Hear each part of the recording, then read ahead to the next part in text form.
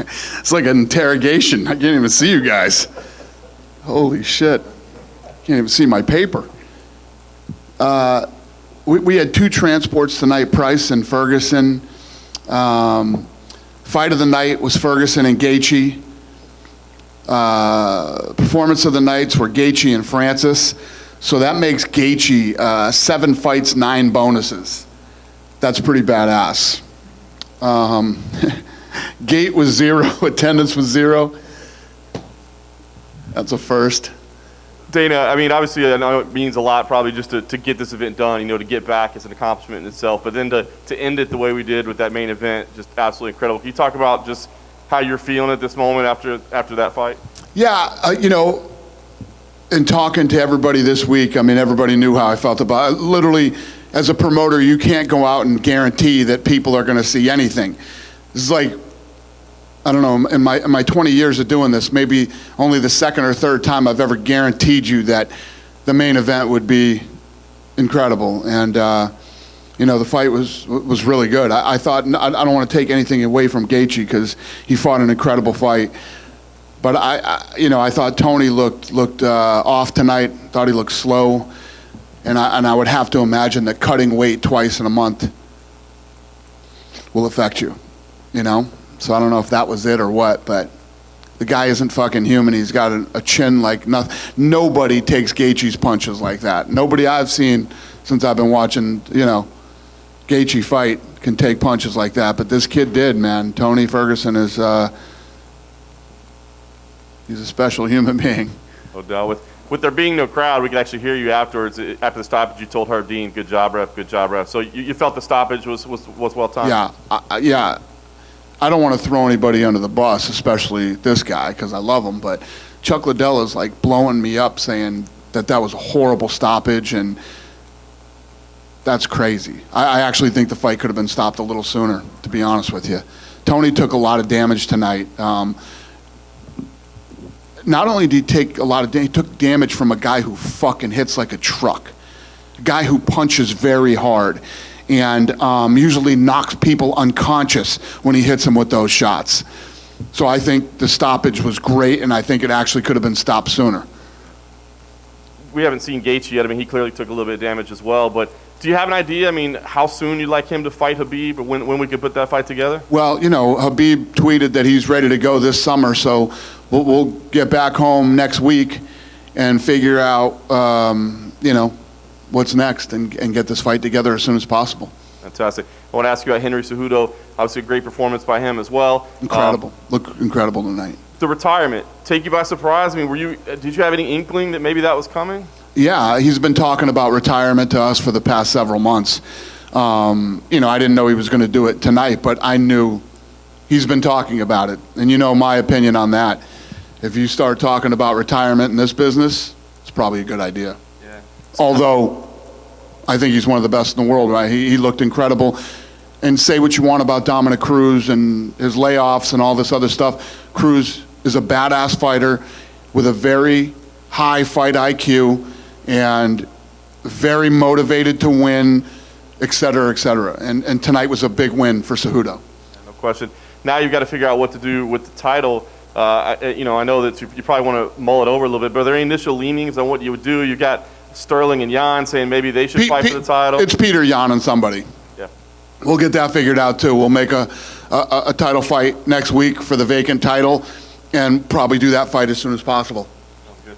And then last thing I got to ask you about the Jacare news, of course, everything came down last night. What were your thoughts on that? How did it play out? Because it was, I don't know, it seemed kind of weird to all of us that, we find out kind of last minute, it started on Wednesday. What was the timeline? How did this all unfold? Yeah, we found out last night, the whole world is weird right now. Everything's weird. This whole event's weird. It's different. We live in a different world than we did 2 months ago. And, the bottom line is the system worked. The system is you want to find people that, what you don't want to do is 2 days after the fight say, oh, shit, Jacare tested positive for, so it worked. The system worked that we put in place. Most of you that are here have worked with us for a long time. You know how we are. Without sounding like a jackass, we're really good. at what we do. We're very, very good at what we do. And the way that this week went, we'll just get better. We'll get better by Wednesday. Then we'll be better by Saturday. And then after Saturday, we'll start to catch our stride and really get this thing dialed in and get it figured out. And the longer this goes, the better the testing technology is going to get and the faster it will get. And, we're going to prove by next Saturday that professional sports can come back safely.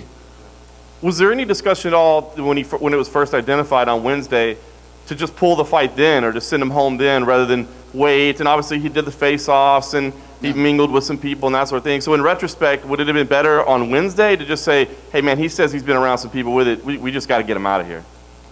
No, yeah, I mean, we had, this guy was with the people that he was with the entire time.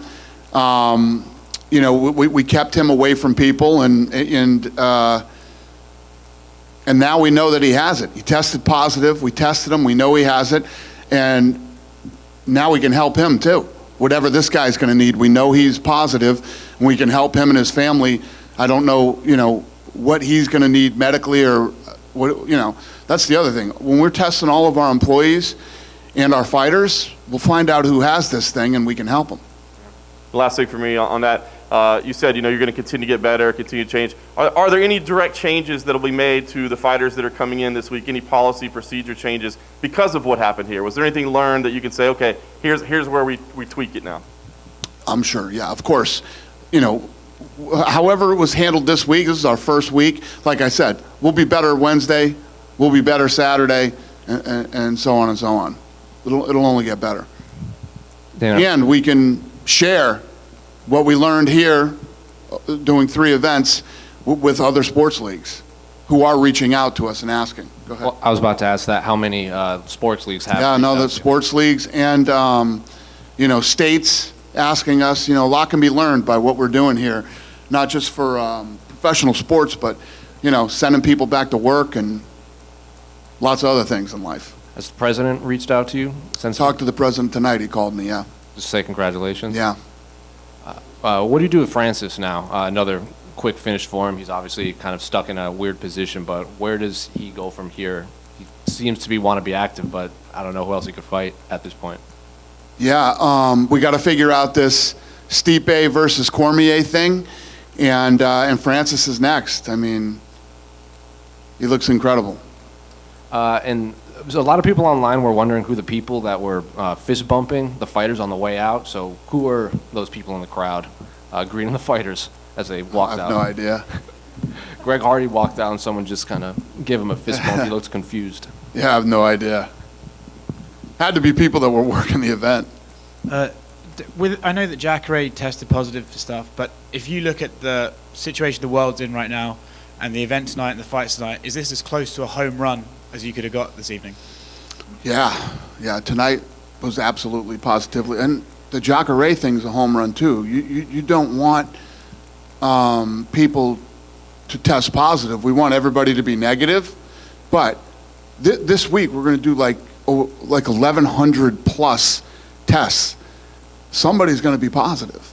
It's impossible not to be. What's the situation with Jacare and Uriah Hall's pay? Are they both going to get paid? Yeah, we'll get them figured out. Cool.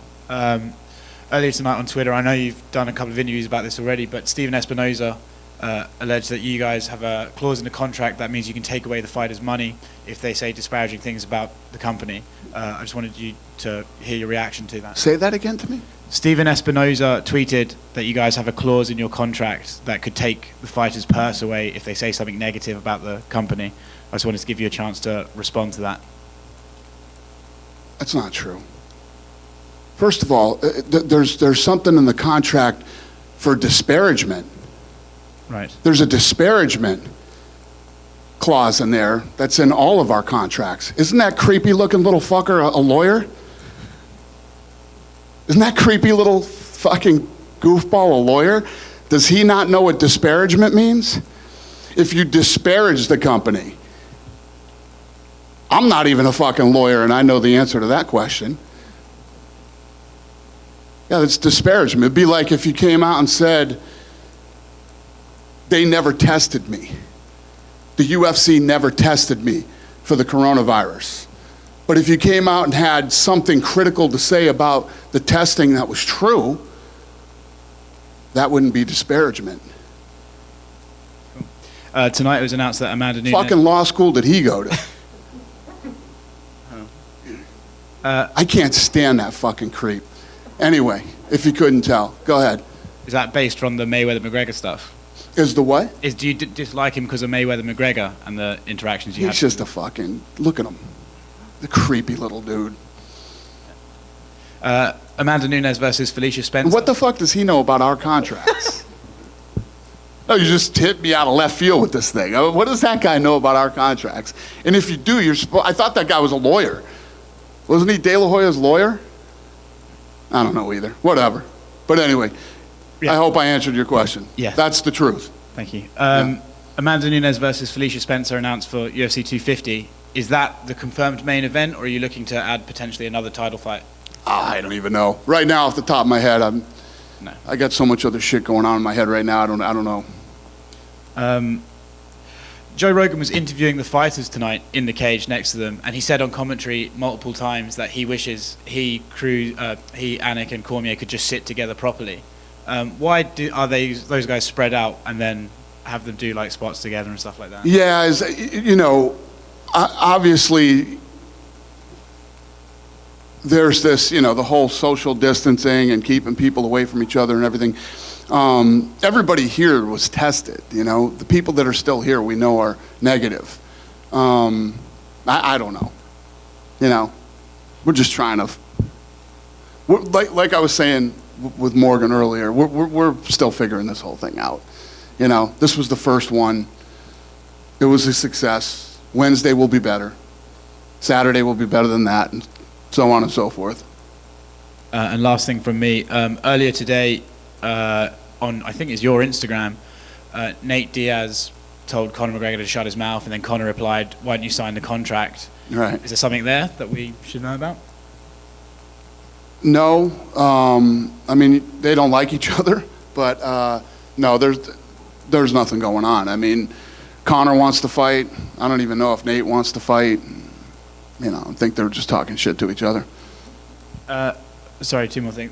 What is next for Dominic Cruz at this point? He lost the title shot. He was out for 4 years beforehand. He looked good in there, but he did lose. Yeah. What do you think's next for him? I don't know. I honestly don't know. I guess that's up to him. I know he was unhappy with the stoppage and, was telling me that he thought the stoppage was bullshit and stuff like that. So I don't know how he feels about it. And is this the end of Tony Ferguson versus Khabib Nurmagomedov? Well, for now it is, yeah. Thanks, Dan. Yep. Dana, President Trump had a message of, this being the first live sport to be back. How did that come about? He, he wants sports back. He wants to do it in these phases. He thinks that sports needs to come back first, then figure out how to get people back to work, and then figure out how to get kids back in school. We came out and we were first, and he congratulated us on being first. Were you surprised? Yeah. Well, I thought it was, it was very nice of him, cool, but very typical of him. This guy's been awesome to me for 20 years. How much confidence does this give you now that UFC 249, is in the bag and moving forward with the rest of the events this year? I was confident, 3 weeks ago. I was confident 2 weeks before that. I knew we could do this. I knew we could do it. I knew we'd figure it out. And even with all the hurdles that we had early on, this has been fun. It's been challenging and it's been fun. I know that sounds a little demented to tell you that I've had fun going through this, but it's been challenging, and I've enjoyed the whole game of it, if you will.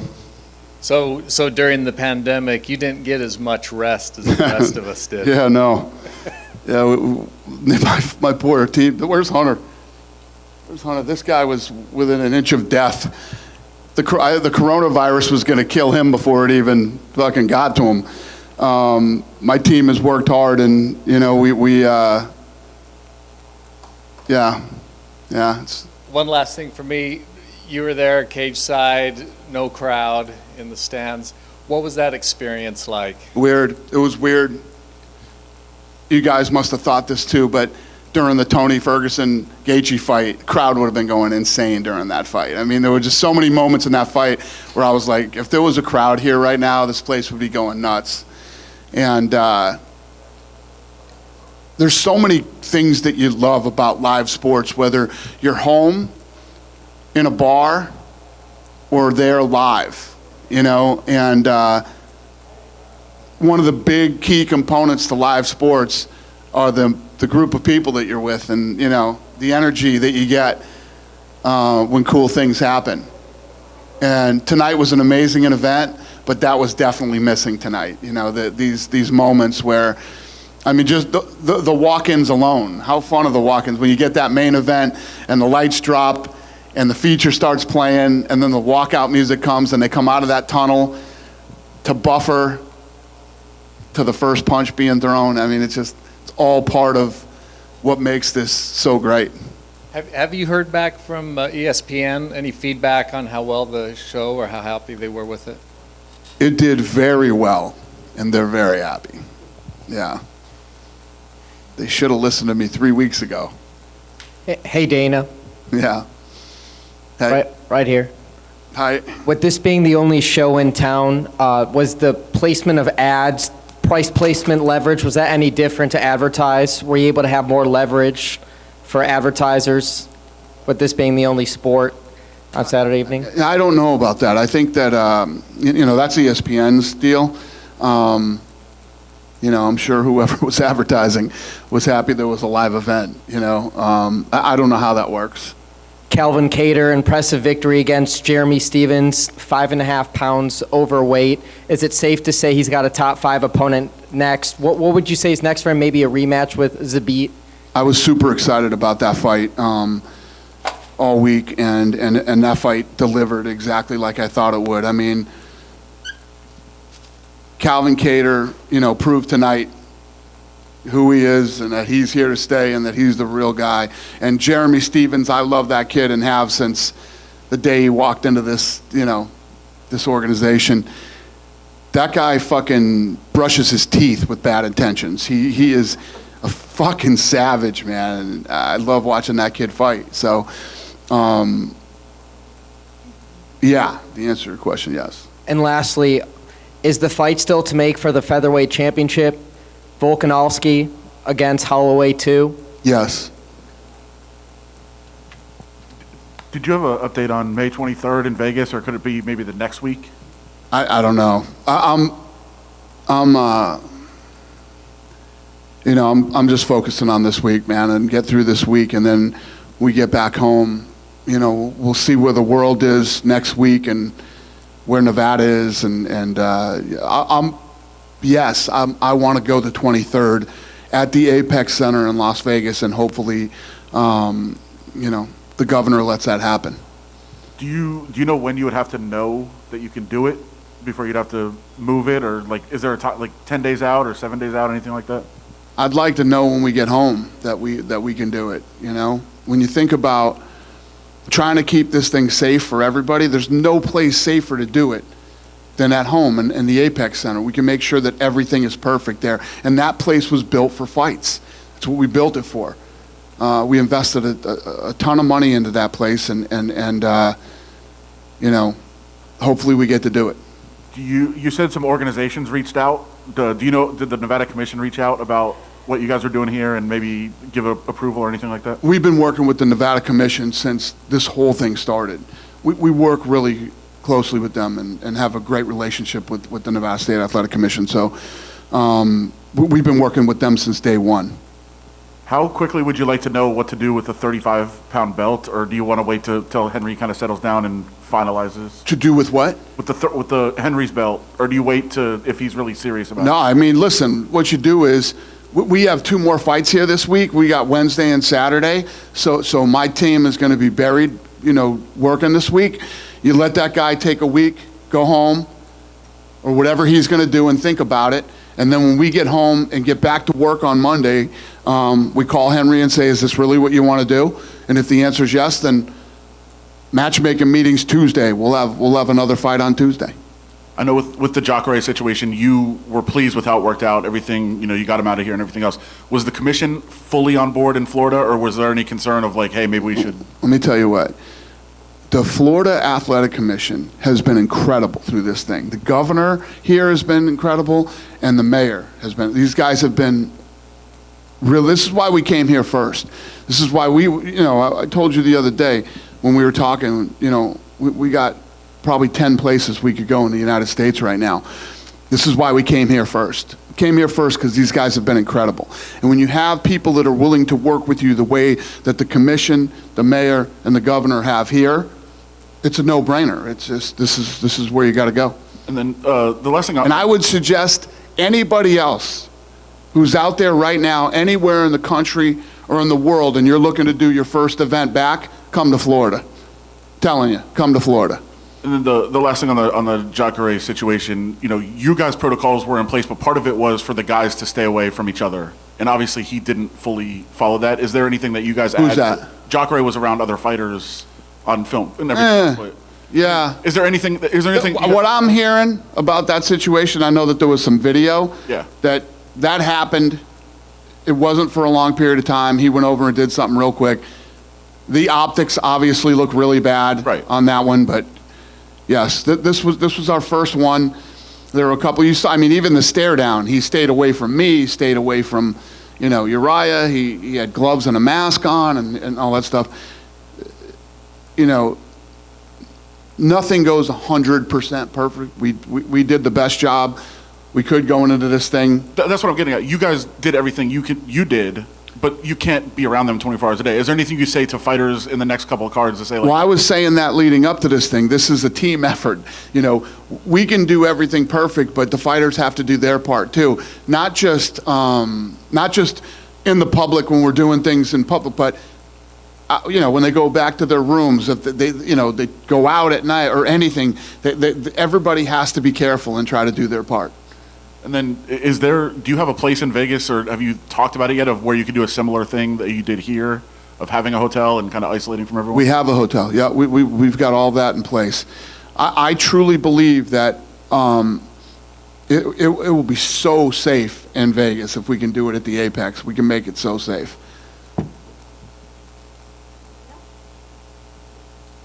That's it? And thank all you guys for coming too, man. I know this thing scares a lot of people, and thanks for coming and supporting it. We appreciate it. Be safe. Have a safe trip home.